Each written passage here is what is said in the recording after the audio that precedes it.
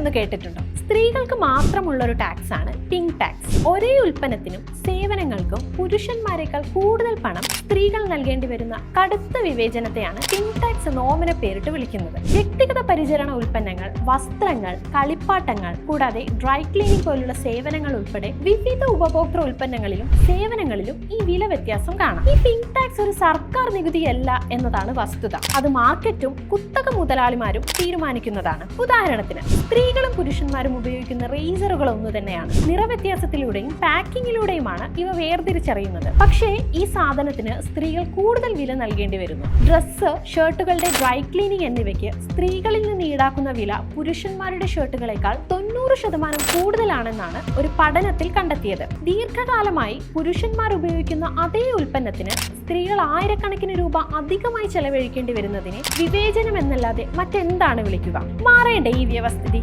നിങ്ങളുടെ അഭിപ്രായം കമന്റായി രേഖപ്പെടുത്തുക.